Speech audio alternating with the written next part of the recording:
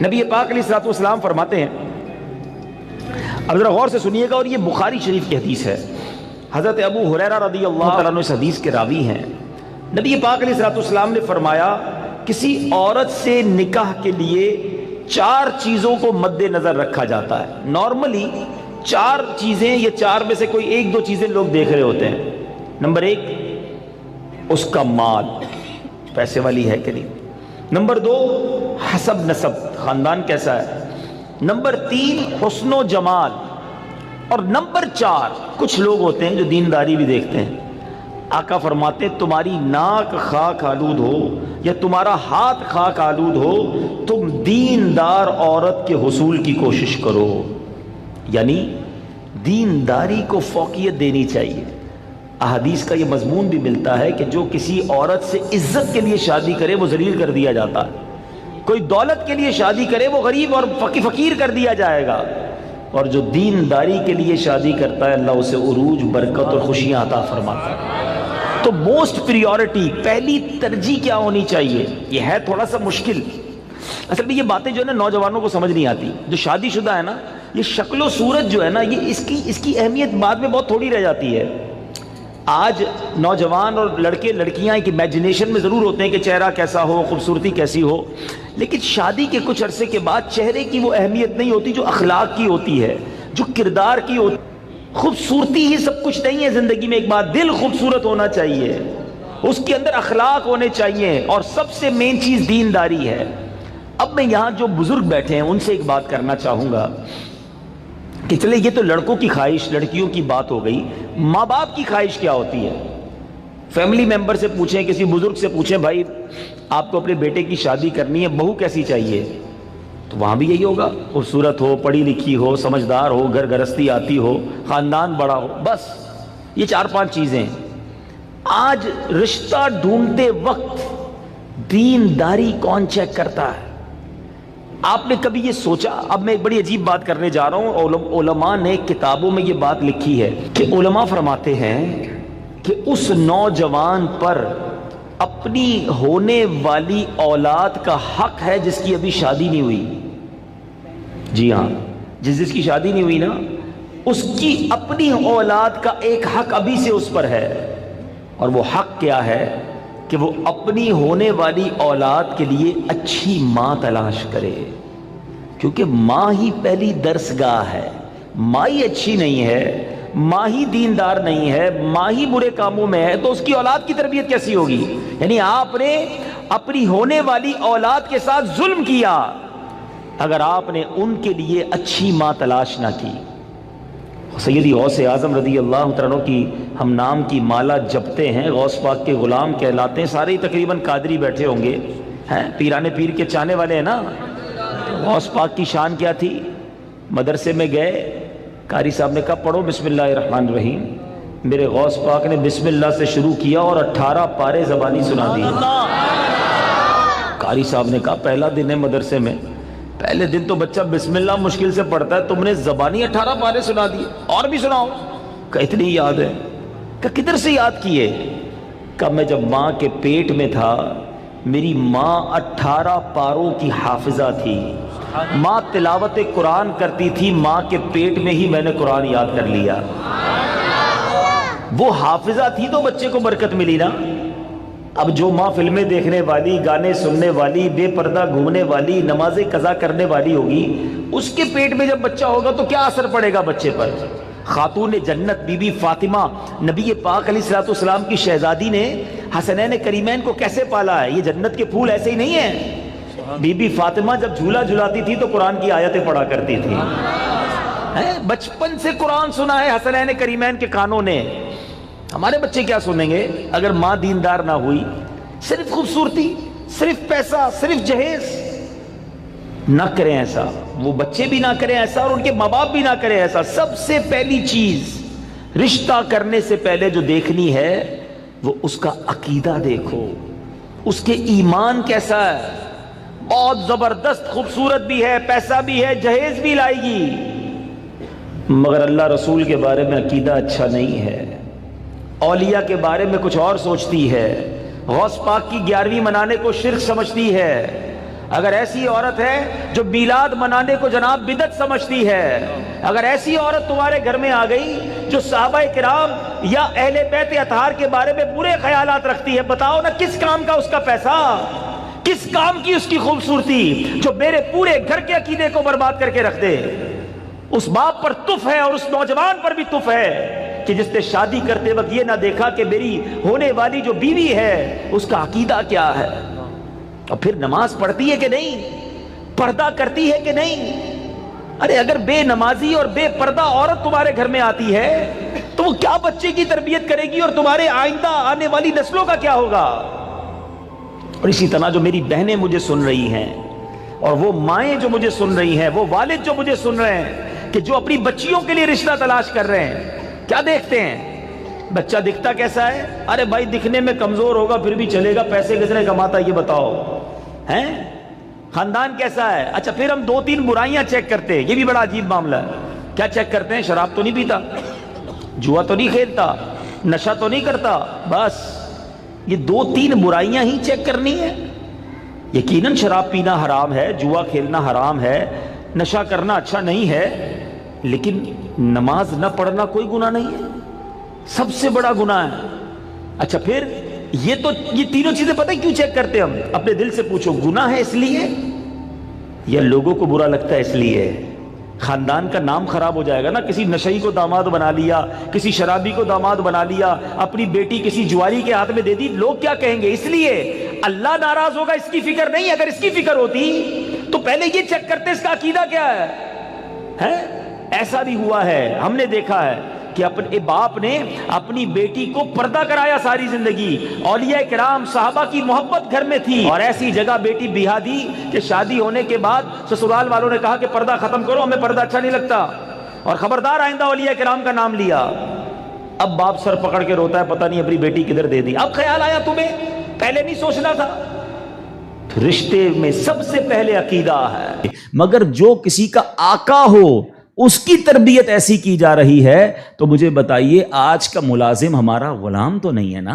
آج تو ہم نے اس سے ایک وقت کا اجارہ کیا ہے کہ جناب آپ 8 گھنٹے کے لیے میرے پاس آئیں گے اور پرٹیکولرلی یہ کام کریں گے، جو کام دیا میں اس سے وہ کام لے سکتا ہوں، نہ میرا وہ زر خرید غلام ہے، شام کو جا کر وہ کچھ بھی کرے اس کا میرا کوئی کانٹریکٹ ہی نہیں ہے۔ مگر اس کے باوجود جو آج ملازمین کے ساتھ سلوک کیا جاتا ہے، غلام کے ساتھ اچھا سلوک کرنے کا اسلام درس دیتا ہے، تو ملازمین کے ساتھ تو اس سے بڑھ کر اچھا سلوک کرنا ہوگا نا، کیونکہ وہ تو غلام بھی نہیں ہے۔ مگر آج غریب ملازمین کے ساتھ جس طرح بعض لوگ بیہیو کرتے ہیں، میں ایسا نہیں کہتا کہ سارے لوگ کرتے ہیں، ماشاءاللہ کچھ ہم نے دیکھا، چاہے وہ فیکٹری اونرز ہوں یا مالکان ہوں کاروبار کے، وہ بچوں جیسا سلوک کرتے ہیں، اور کرنا بھی یہی چاہیے۔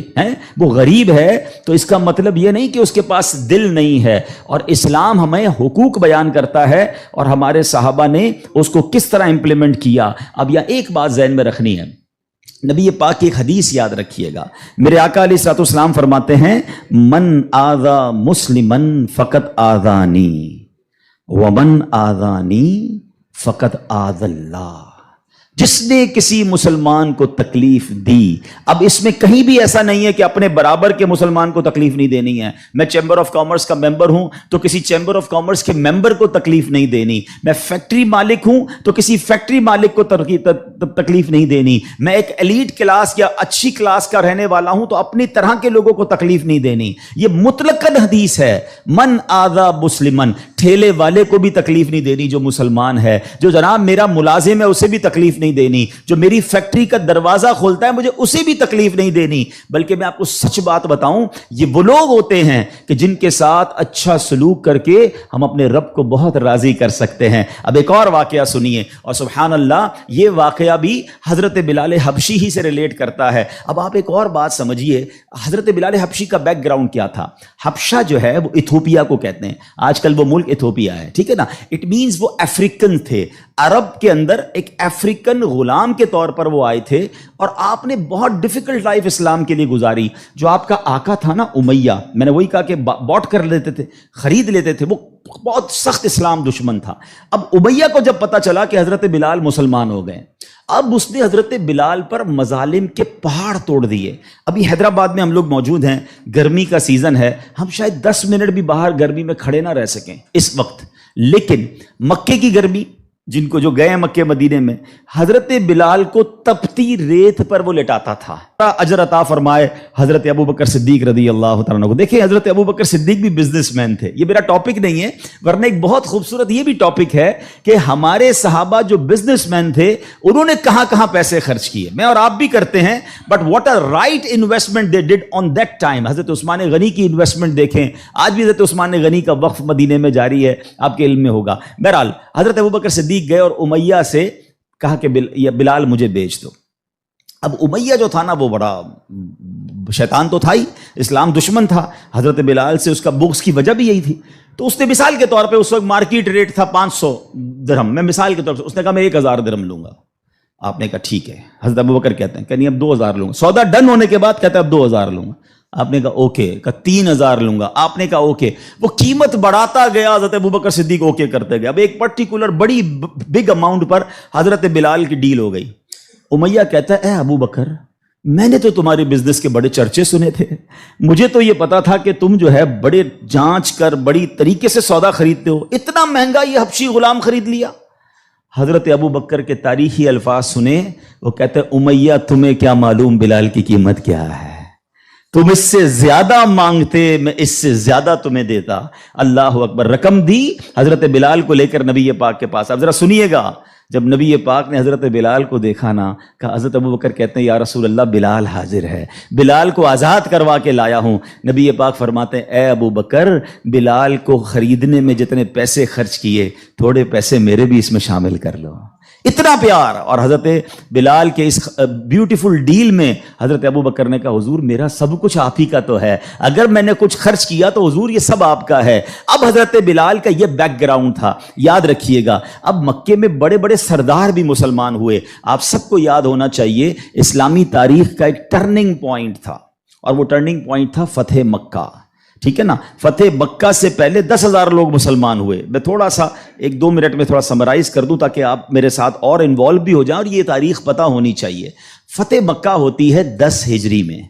10 ہجری کا مطلب 8 ہجری میں، معاف کیجیے گا، فتح مکہ ہوتی ہے 8 ہجری میں.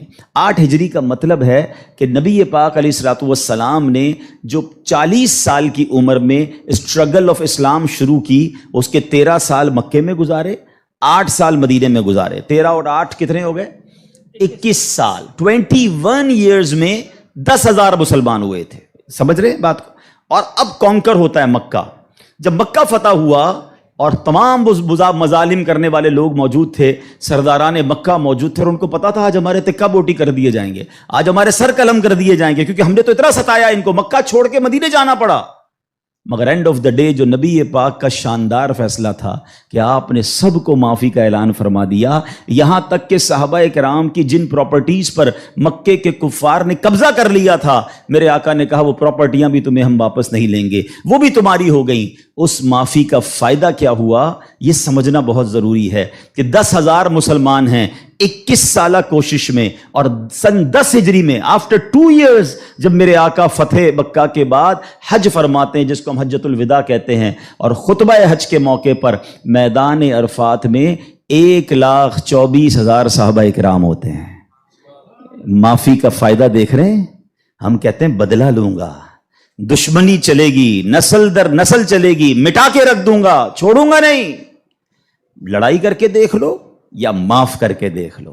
ایک معافی نے اسلام کو کہاں پہنچایا؟ 10,000 21 سالوں میں. اور معافی کے بعد ودن 2 ایئرز 1,24,000 صحابہ کہاں موجود ہیں؟ عرفات کے میدان میں موجود ہیں. اینڈ فرام دیٹ ڈے، ایک اور بات، ہسٹری پڑھیے اسلام کی، فتح مکہ کے بعد اسلام نے جو ٹیک آف کیا ہے، آج تک اسلام پیچھے نہیں گیا. 200 کروڑ مسلمان ہیں آج دنیا میں. یہ فیضان ہے فتح مکہ کے اس اعلان کا، لا تثریب علیکم اليوم، آج تم سب آزاد ہو، تم سے کوئی سوال نہیں ہوگا. اور اس کے بعد سے اسلام کو جو عروج ملا. لیکن بھائی تربیت کا ٹائم تھا نا. جب یہ فتح مکہ ہو گیا نا تو پیارے آقا علیہ الصلوۃ والسلام نے اب مکے کی چابی، کعبے کی چابی ملی، اور اب کعبے کی چھت پہ اذان دینی تھی، یعنی ایک طرح سے یہ ایک وکٹری کا اعلان تھا۔ تو نبی پاک نے کس کو کہا؟ حضرت بلال کو کہا کہ ایک بلال جاؤ اور کعبے کی چھت پہ اذان دو۔ اب جو سرداران مکہ تھے نا وہ کہتے ہیں یار ہم اتنے بڑے بڑے سردار، اتنی بڑی فیملی سے تعلق رکھنے والے ہیں، اتنا پیسہ ہمارے پاس، اتنے بڑے قبیلے کے سربراہ، اور آج اتنے عظیم موقع پر جو فتح مکہ کے بعد اذان دینے کا موقع، وہ بھی کعبے کی چھت پر، وہ کس کو دیا جا رہا ہے؟ ایک حبشی غلام کو۔ اللہ اکبر! یہ خبر نبی پاک تک پہنچ گئی کہ کچھ لوگ بے چین ہیں، کچھ لوگوں کو یہ برا لگ رہا ہے کہ بلال کو یہ موقع کیوں ملا، ہم بڑے خاندان والے، ہم پیسے والے۔ پیارے آقا علیہ الصلوۃ والسلام نے ان کو بلایا۔ پہلے تو نبی پاک نے سوال کیا کہ کیا آپ لوگ ایسی باتیں کر رہے تھے؟ کہ جی حضور کر رہے تھے۔ اب نبی پاک نے کیا فرمایا؟ نبی پاک کی گفتگو سے پہلے قرآن کی آیت نازل ہوتی ہے، اور رہتی دنیا کے لیے ایک اصول بیان ہو گیا۔ اب یہ اصول مجھے اور آپ کو یاد رکھنا ہے۔ اللہ کریم قرآن میں ارشاد فرماتا انا اکرمکم عند اللہ اتقاکم، فرمایا بے شک اللہ کے یہاں تم میں زیادہ عزت والا وہ ہے جو تم میں زیادہ پرہیزگار ہے۔ یہ وہ فارمولا ہے جو مجھے یاد رکھنا ہے۔ پیسے والا زیادہ عزت والا نہیں ہے، جناب میں فلاں چیمبر کا صدر تو وزیر نائب صدر تو فلاں علاقے کا ہیڈ تو جناب قومی اسمبلی کا ممبر تو منسٹر یا جناب مل اونر، نہیں، فلاں خاندان میرے سر نیم میں یہ نیم لگتا ہے جس کی وجہ سے میرا بہت بڑا خاندان ہے۔ قرآن نے فیصلہ کر دیا ہے ان اکرمکم عند اللہ اتقاکم، اللہ کے نزدیک عزت والا وہ ہے جو زیادہ پرہیزگار ہے۔ وہ میرا ملازم بھی ہو سکتا ہے، وہ میرا خان سما بھی ہو سکتا ہے، وہ میرا غریب رشتہ دار بھی ہو سکتا ہے، وہ باہر ٹھیلا لگانے والا بھی ہو سکتا ہے، اگر وہ اللہ کی بارگاہ میں پرہیزگار ہے وہ سب سے زیادہ، ہم سب سے زیادہ عزت والا ہے۔ اور یہی اسلام کا حسن ہے۔ اچھا مزے کی بات یہ ہے، ایک طرف تو یہ حسن ہم پریکٹیکلی بھی پریکٹس کرتے ہیں۔ مثال کے طور پہ بعض اوقات آفس میں نماز کا ٹائم ہو گیا اور ہمارے کسی ملازم میں کوئی باشرہ ہے یا حافظ صاحب ہے یا اچھا تلاوت کرنے والا ہے، ہم اس کو کہتے ہیں حضرت آپ نماز پڑھا دیں۔ بالکل اچھی بات، یہ تو اعلان ہے نا کہ بھائی آپ سیٹ ہیں، آپ پیچھے ہیں، اور امامت کون کر رہا ہے؟ ایک نارمل سا انسان ہے، لیکن وہ عبادت گزار ہے، اس کو قرآن آتا ہے، مگر صرف نماز کی حد تک۔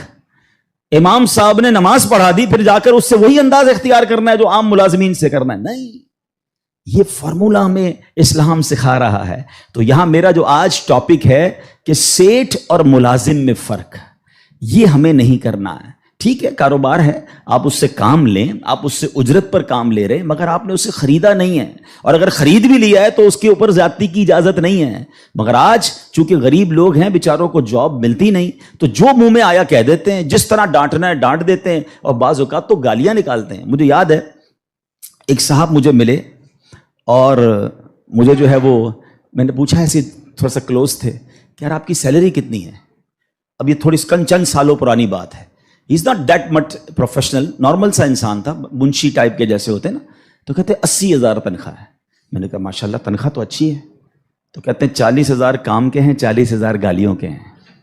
تو میں حیران ہو گیا، کہتا صبح سے شام گالیاں سنتا ہوں بھی بھائی، کیا کروں، غریب آدمی ہوں، پیسے اچھے ملتے ہیں اس لیے چھوڑ نہیں سکتا۔ اب میں نے سوچا کہ وہ جو مالک ہے، وہ جو سیٹ ہے، وہ قیامت کے دن کیا جواب دے گا؟ کیا پیسے دے کر گالی دینے کی تمہیں اجازت مل گئی ہے؟ کیا ذلیل کرنے کی اجازت مل گئی؟ ایسا نہ کریں پلیز۔ ہمارا اسلام ہمیں بہت خوبصورت مساوات کا درس دیتا ہے، اور غریب لوگ تو زیادہ ڈیزرو کرتے ہیں انہیں پیار کرنے کا۔ نبی پاک علیہ الصلوۃ والسلام کو، اب میرے آقا کا انداز دیکھیے گا، صحابہ بھی تو غریب تھے نا۔ اب صحابہ میں ایک بہت بڑی تعداد تھی جو اصحاب صفہ کے تھے۔ اصحاب صفہ آپ گئے ہوں گے مدینہ شریف، اللہ بار بار ہم سب کو حاضری عطا فرمائے۔ وہاں ایک بینچ، ایک چبوترا بنا ہوا ہے۔ یہ جو اصحاب صفہ تھے نا، یاد رکھیے گا، یہ اپروکسیمیٹلی 70 کے قریب ہوتے تھے، ان کی تعداد پلس مائنس ہوتی تھی۔ ان میں بہت بڑا نام حضرت ابو ہریرہ رضی اللہ تعالیٰ عنہ کا بھی ہے۔ یہ صحابہ اتنے غریب تھے کہ ان کے پاس گھر نہیں ہوتا تھا، ان کے پاس پہننے کے لیے پورے کپڑے بھی نہیں ہوتے تھے، ایک لباس، ایک چادر پہن کے بعض اوقات بیٹھے ہوتے، مگر شوق کیا تھا کہ علم دین سیکھنا ہے، نبی پاک علیہ الصلوۃ والسلام سے تربیت لینی ہے۔ تو کھانا بھی پیارے آقا انہیں بھجوا دیتے اور نبی پاک ان کے ساتھ رہتے تھے. اب ذرا یاد رکھیے گا، صحابہ کرام کچھ تھے جو مزدوری کا کام کرتے تھے. ہمارے ساتھ بھی کبھی کبھی ہوتا ہے کہ یار کوئی محنت مزدوری والا آئے تو اس کے کپڑوں سے اسمیل آتی ہے، کپڑے پرانے ہوتے ہیں، بدبو آ رہی ہوتی ہے، ہم اس سے دور ہو جاتے ہیں. اب کیا ہوا کہ نبی پاک علیہ الصلوۃ والسلام کے پاس کچھ ایسے لوگ آ کر بیٹھنا شروع ہوئے. جب پیارے آقا اللہ کا ذکر کر رہے ہوتے تھے کہ بال بکھرے ہوتے تھے، پہننے کے لیے ایک کپڑا ہوتا تھا اور ان کی اسمیل بھی آتی تھی، کپڑوں سے مہک بھی آتی تھی.